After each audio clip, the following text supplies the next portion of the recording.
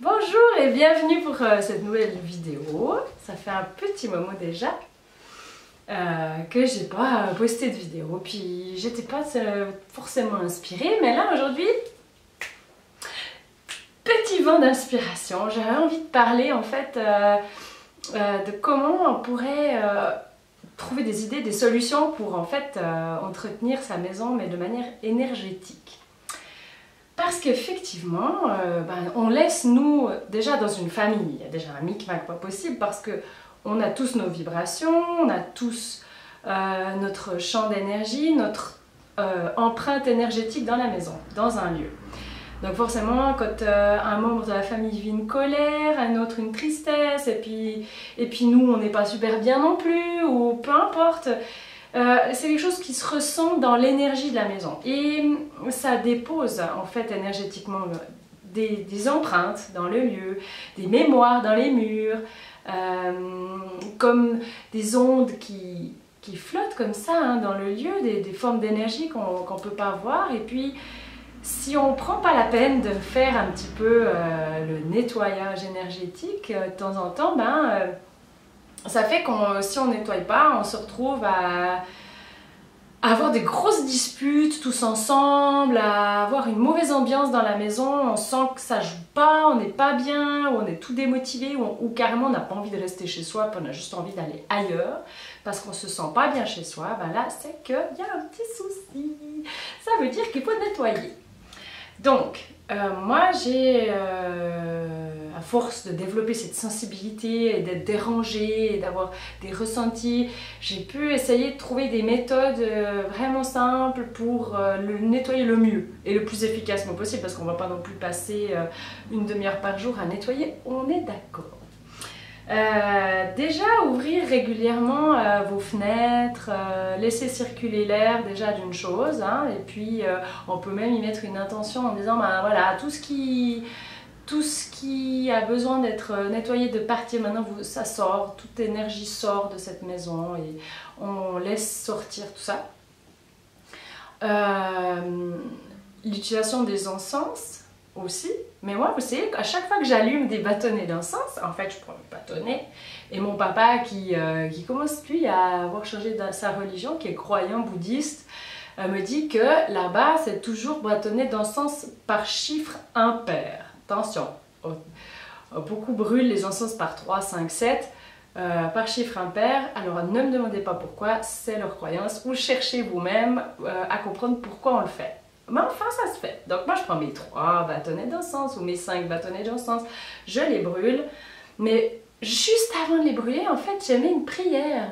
Puis je dis alors écoute Seigneur Dieu, bénissez ces encens pour que leur fumée, pour que effectivement la fumée de l'encens, un autre mot mais ça ne me vient pas sur le moment, purifie la maison et augmente la vibration de ma maison pour que vraiment l'odeur que ça dégage et puis tout ce smog que ça crée, hein, ce léger nuage, eh bien en fait viennent nettoyer et importer cette bonne vibration. Et vraiment j'aimais cette intention au moment où je brûle.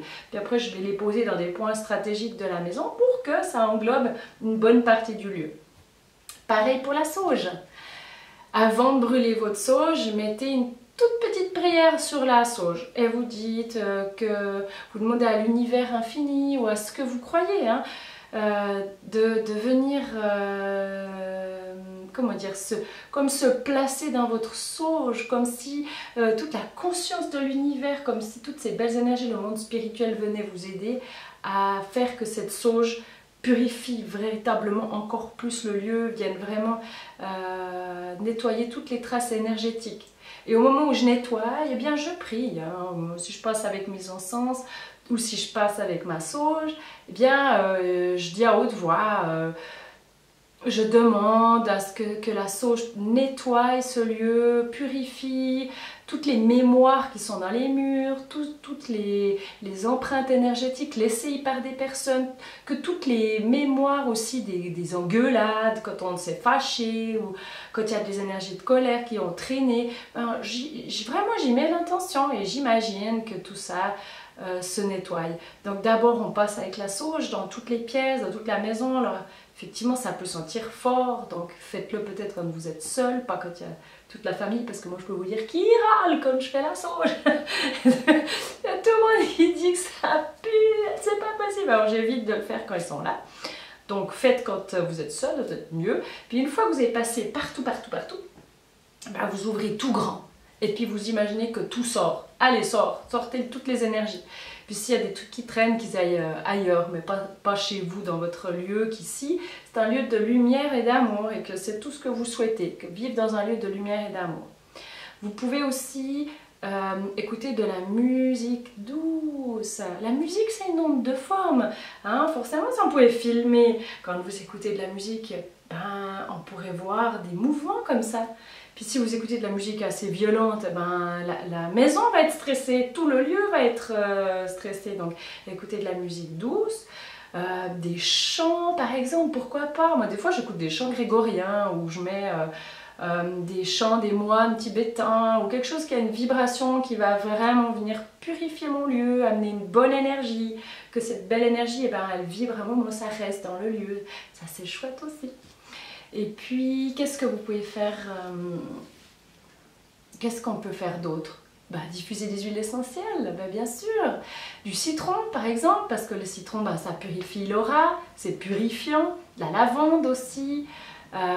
J'aime bien diffuser du thym avec le citron. Ça se marie bien ensemble et il y a vraiment quelque chose d'assez... cette combinaison thym-citron, c'est très équilibrant dans un lieu. En fait, c'est très très bien. Les huiles essentielles, les encens, vos prières, les méditations aussi, parce que votre lieu de vie, il est représentatif de ce que vous vibrez. Donc si vous voulez avoir un lieu paisible, eh bien asseyez-vous, fermez les yeux et visualisez vos pièces. Visualisez vos pièces, que vous y mettez énormément de lumière, que vous appelez des anges qui viennent dans ce lieu pour amener de la paix, pour amener de la tranquillité, pour amener du calme. Et puis que tout ça, ça sort. Si vous voyez dans vos visualisations qu'il y a des lieux plus sombres ou des pièces moins agréables, vous sentez que ça joue pas, ben, vous les nettoyez psychiquement et puis vous faites tout ça partir, quoi. Vraiment, vous demandez que le monde spirituel s'occupe de ça. Ben, je crois que j'ai passé un peu tout, à peu près, hein, tout en revue. Hein. Il y en a qui mettent du sel dans les coins. Il y aura l'atelier de pierre qu'on fera plus tard, où je vous ferai peindre des symboles, où on pourra activer les symboles en posant les pierres dans les 4 coins de la maison. Vous pouvez placer des anges, bien sûr. Enfin, libre à vous de faire ce qui vous semble juste. Voilà, je crois que j'arrive au terme de cette vidéo. Je regarde dehors parce qu'en fait il y a le voisin qui me regarde discuter devant vous, alors évidemment c'est pas très confortable. Enfin bon, je ferai bientôt bien sûr d'autres vidéos. Pour celle-ci, j'espère qu'elle vous sera utile. N'hésitez pas à m'envoyer des messages si vous avez besoin d'informations supplémentaires. Voilà. Prenez soin de vous en tout cas, mes chouchous. Prenez soin de vous. Prenez vraiment soin de vous. Du temps de respirer, de méditer, de vous entourer de lumière et d'amour. En tout cas, moi je vous en envoie de tout mon cœur. Et à bientôt.